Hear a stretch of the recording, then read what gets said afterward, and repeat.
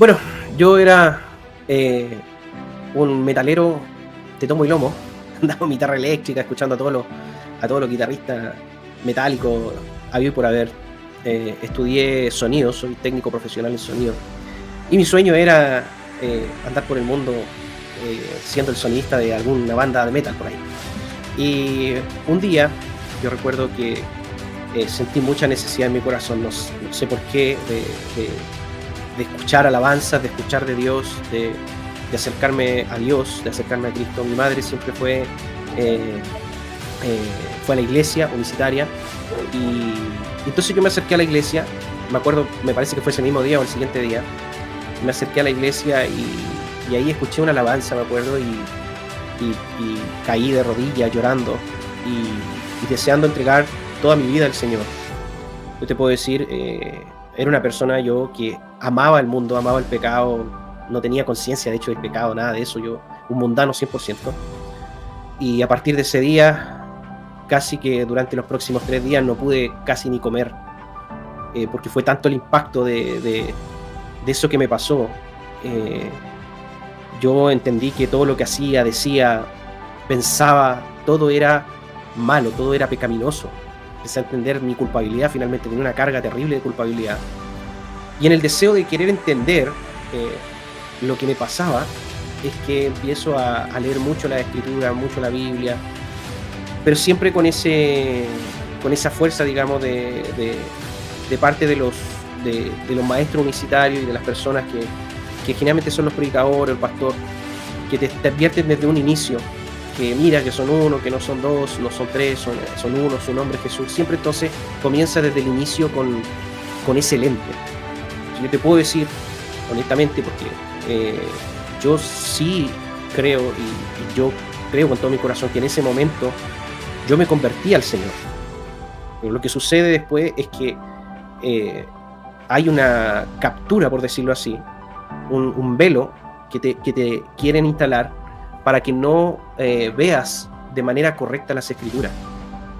Y esto es una cuestión netamente espiritual. Entonces tuve muchas experiencias de oración, de buscar el rostro del Señor, y siempre mi anhelo fue entender más de la palabra, entender más de la palabra. Por eso que después entro a estudiar y leer mucha Biblia, y muchos libros. Y siempre obviando cuando hablaban del Padre, del Hijo, yo decía, oye, mira, esto están perdidos, pero bueno, esto está bien, pero esto están perdidos, están mal. Siempre con ese lente, porque te lo colocan desde la primera semana, te empiezan a colocar el lente unicitario de que tú eres distinto, de que no eres como ellos, porque mira, ellos son hijos de Roma, son hijos de la Iglesia Católica Romana. Y después, con el tiempo, fui descubriendo, bueno, ya muy avanzado, cuando empiezo a estudiar historia de la iglesia y a darme cuenta de la gran e inmensa cantidad de falacias que habían de por medio. Lo que pasa es que se enseña, claro, tú crees, por lo menos yo en mi caso, en el momento creí en el Señor Jesucristo, y existe algo muy curioso, porque el unicitario, por ejemplo, defiende la doble naturaleza de Cristo. Y entonces ellos dicen que no se sujetan a ningún, y esto es entre paréntesis, no se sujetan a ningún concilio histórico, porque viene de la, comilla, iglesia romana, según ellos. Pero resulta que la doble naturaleza de Cristo es un asunto tratado en concilios cristológicos. Exacto. Y asentado en concilios cristológicos. Entonces, bueno, por donde lo mire, hay toda una contradicción en su creencia. Y sí, yo entregué mi vida al Señor Jesucristo, uno cree en el Señor Jesucristo. Lo único que ellos comienzan a decirte es que, mira, Jesucristo es el Padre, Jesucristo es el Hijo, Jesucristo es el Espíritu Santo. ¿Por qué? Porque mira, Él es el Padre en la divinidad, en todo lo que es invisible, en su eterno poder, en su deidad. Él es la identidad del Padre, es Jesucristo. Y en cuanto a su carne, en cuanto a su manifestación, palabra muy utilizada por el unicitario, en cuanto a su manifestación, Él es carne. En cuanto a Hijo, la palabra Hijo refiere únicamente a la carne, a su ministerio humano. Y luego Espíritu Santo es que simplemente es el mismo Jesucristo personalmente morando en cada corazón, claro, después de su resurrección. Eso es finalmente lo que se enseña. Yo me metí al IBN, como les decía, tengo un diplomado en Biblia en el IBN, y ahí comencé a estudiar. Bueno, y lo primero fue que me empecé a dar cuenta que la gente trinitaria no era como la habían pintado. O sea, yo podía conversar con ellos, me daba cuenta que no eran católicos romanos para nada. Sí que hay mucha gente, es muy colorido, algunos creen, pero en cosas secundarias. Algunos creen de una forma, otros creen de otra, algunas cosas secundarias, pero en la centralidad estaban todos de acuerdo en lo mismo. Y gente que tú mirabas y que era cristiana, no tenía nada de que tú puedas decir, no, mira, estos no son cristianos. Entonces, ahí uno va abriendo la mente, es como cuando Pedro lo llevan en Hechos de los Apóstoles y él va y comienza a vivir con un curtidor, me parece que. Yo creo que ahí el Señor toma a Pedro para pasarlo por un proceso para que finalmente termine con los gentiles, con Cornelio. Lo mismo creo que sucede en mi caso, aunque yo no le llego ni a los talones al apóstol Pedro, pero creo que Dios tiene sus procesos con uno, y era de Dios que, claro, yo me acercara a un instituto bíblico y pudiera compartir con las personas y con los profesores. Y claro, uno mantiene un poco camuflado de que eres unicitario, porque ya sabía en ese entonces que había un cierto roce. Y lo otro era que uno lo mantiene escondido porque no quieres entrar en conflicto, y por lo menos en mi caso, y con algún temor de que te echaran del instituto o algo así. Entonces yo decía, mi filosofía era, bueno, me como el pollo y boto los huesos. Esa era la filosofía, me como el pollo y boto los huesos. Y eso fue, claro, despertando la conciencia. De hecho, todos los unicitarios piensan de esa misma manera, porque ellos beben mucho, y esto es lo que el pueblo no sabe. El pueblo unicitario no sabe esto, pero sus pastores beben mucha teología trinitaria. O sea, tienen diccionarios bíblicos, tienen libros a montones, usan la Biblia Logos, pero ellos no comunican eso a su pueblo. Ellos, según él, le enseñan al pueblo a que solo tienen que usar Biblia y nada más que Biblia y únicamente la Biblia. Pero ellos mismos usan diccionarios, usan libros, y todos escritos por trinitarios. Claro, eso no les conviene decir eso al pueblo. Hay varios motivos, creo que el principal es porque no entienden cómo funciona la revelación. Nosotros sabemos que la revelación es progresiva, que comienza de a poco y termina siendo Jesucristo el máximo punto, digamos, de la revelación del ser de Dios. Y el mismo Jesucristo es explicado por los apóstoles. Las cartas, las epístolas y todos los documentos apostólicos son para explicar el misterio de Jesucristo. Y en realidad en la mente del unicitario no existe eso. Hay una influencia muy potente de querer ser o identificarse con los judíos del primer siglo, con los judíos, con corrientes judías. Entonces comienzan a leer el texto de una manera evidentemente incorrecta, donde es el Antiguo Testamento el que empieza a iluminar toda la Biblia. Cuando en realidad si somos bíblicos, pero de manera correcta, lo que debiésemos entender es que si la revelación máxima es Jesucristo, es el Evangelio el que debe iluminar toda la Biblia. Entonces, para ello, el Deuteronomio 6.4, el Shema, es que ilumina todo el resto, ilumina toda la Biblia, y no Jesucristo mismo. Entonces Jesucristo se tiene que someter, además de una interpretación antojadiza del Shema, se tiene que someter al Antiguo Testamento. Jesucristo no está revelando algo nuevo del ser de Dios, no, está simplemente hay que someterlo al Antiguo Testamento. Es una manera incorrecta de hacer teología, finalmente.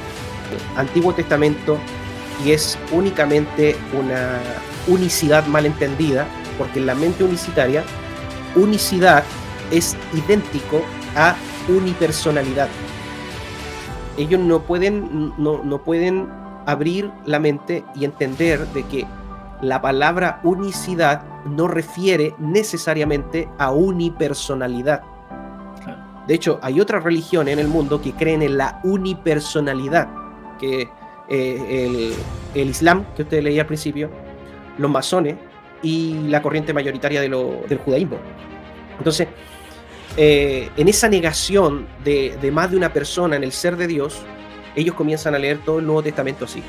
Por lo tanto, se ven en la necesidad, para dar un piso y una forma orgánica interna de su teología, se ven en la necesidad de comenzar a transformar los conceptos. Por lo cual, hijo ya no es una persona propiamente tal, sino que hijo solo es la carne. Claro. Por cual el padre ya no es una persona propiamente tal, sino que el padre es solo un título. Y el Espíritu Santo ya no es una persona tampoco, y no tiene interacción personal, solo es un poder, solo es el poder de Dios residiendo en el corazón. Incluso dentro de las corrientes unicitarias anglosajona versus la hispana hay diferencia. Y eso es muy tremendo, ver las contradicciones que tienen los unicitarios de Norteamérica con los unicitarios latinos. En el tema doctrinal más importante, en la cristología. Bueno, hay un libro que todo pastor unicitario utiliza. Y por eso es que yo apunto tanto ese libro. Y es el libro de David Bernard. Y creo que hay ahora otros, de Eugenio Domínguez y también de, si mal no recuerdo, James Dunn, creo que se llama. Pero el que más utilizan y el que gira incluso en las clases juveniles de la iglesia unicitaria y lo que usan los pastores es el libro de David Bernard. Es un libro lleno de sofismas. Pero claro, cuando uno es ignorante, cuando uno es un neófito, uno tiene un temor también, porque te infunden ese temor a que no puedes cuestionar al líder.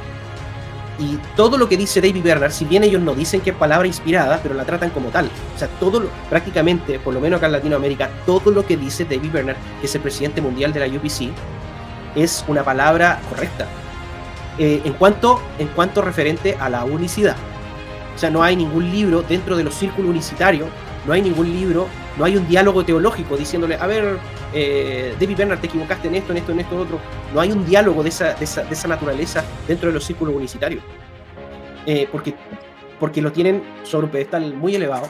Por lo tanto, cada vez cuando teníamos dudas como enseñador y maestro unicitario, por lo general, el unicitario va a ir al libro de David Bernard, va a ir a los libros de Eugenio Domínguez, va a ir a distintos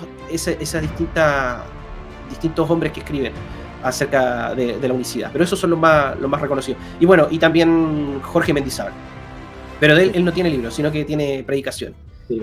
Exactamente, son estos hombres que están torciendo como te digo, tienen otra definición de los conceptos. Si tú le preguntas, por ejemplo, a un Jorge Mendizábal, ¿tú crees en el Hijo de Dios? Te va a decir, sí, yo creo. Entonces, pero el tema es que a la hora de definir qué es lo que cree del Hijo de Dios, ahí es donde salta la herejía. Porque Jorge Mendizábal termina diciendo en una predicación, o sea, el Padre es la guitarra y el Hijo de Dios es el estuche. Entonces tienen una visión súper naturalista, por decirlo así, no sé si es la palabra correcta, pero es muy pobre en cuanto a su reflexión teológica. Entonces, lo que el unicitario le molesta, por ejemplo, el término Hijo Eterno. Porque ellos dicen, no, es que la Biblia no encuentra la frase Hijo Eterno. Y caen en estas contradicciones, son muy sofistas, son sofistas profesionales. Porque efectivamente tú no vas a encontrar quizás en la Biblia explícitamente la frase Hijo Eterno. Pero tú no necesitas encontrar en la Biblia la frase explícita. Por ejemplo, en la Biblia tú no encuentras la palabra encarnación. Y todos creemos en la encarnación. Lo que encuentras es que el verbo se hizo carne. Pero la literalidad, claro, la palabra Trinidad, tampoco encuentras la palabra unicidad. Pero está explícitamente la Trinidad. Exactamente. Y de hecho, y aquí es donde hay que empezar a guerrear de una manera correcta, y es que el trinitario sí cree en la unicidad, pero cree en una unicidad bíblica. De hecho, lo que hace ser a Dios único es que existe en tres personas: el Padre, el Hijo y el Espíritu Santo. Por lo cual, efectivamente, nuestra unicidad no es la unicidad modalista de estas corrientes unicitarias, como la Iglesia Pentecostal Unida, en el Desierto, Iglesia Pentecostal Unida de Colombia, que están ahí en una edición tremenda, Iglesia Apostólica de Cristo Jesús, creo que se llama, no me acuerdo, en Estados Unidos hay otra, la Iglesia Pentecostal Unida Hispana también. Toda esa forma de unicitarismo es un unicitarismo no bíblico. Si nosotros fuéramos bíblicos y diríamos, no, el trinitario cree en la unicidad de Dios, porque Dios es el único ser que existe en Padre, en Hijo y en Espíritu Santo. Que subyace en Padre, en Hijo y Espíritu Santo. Claro, no hay ningún ser como Él, y eso lo hace ser único.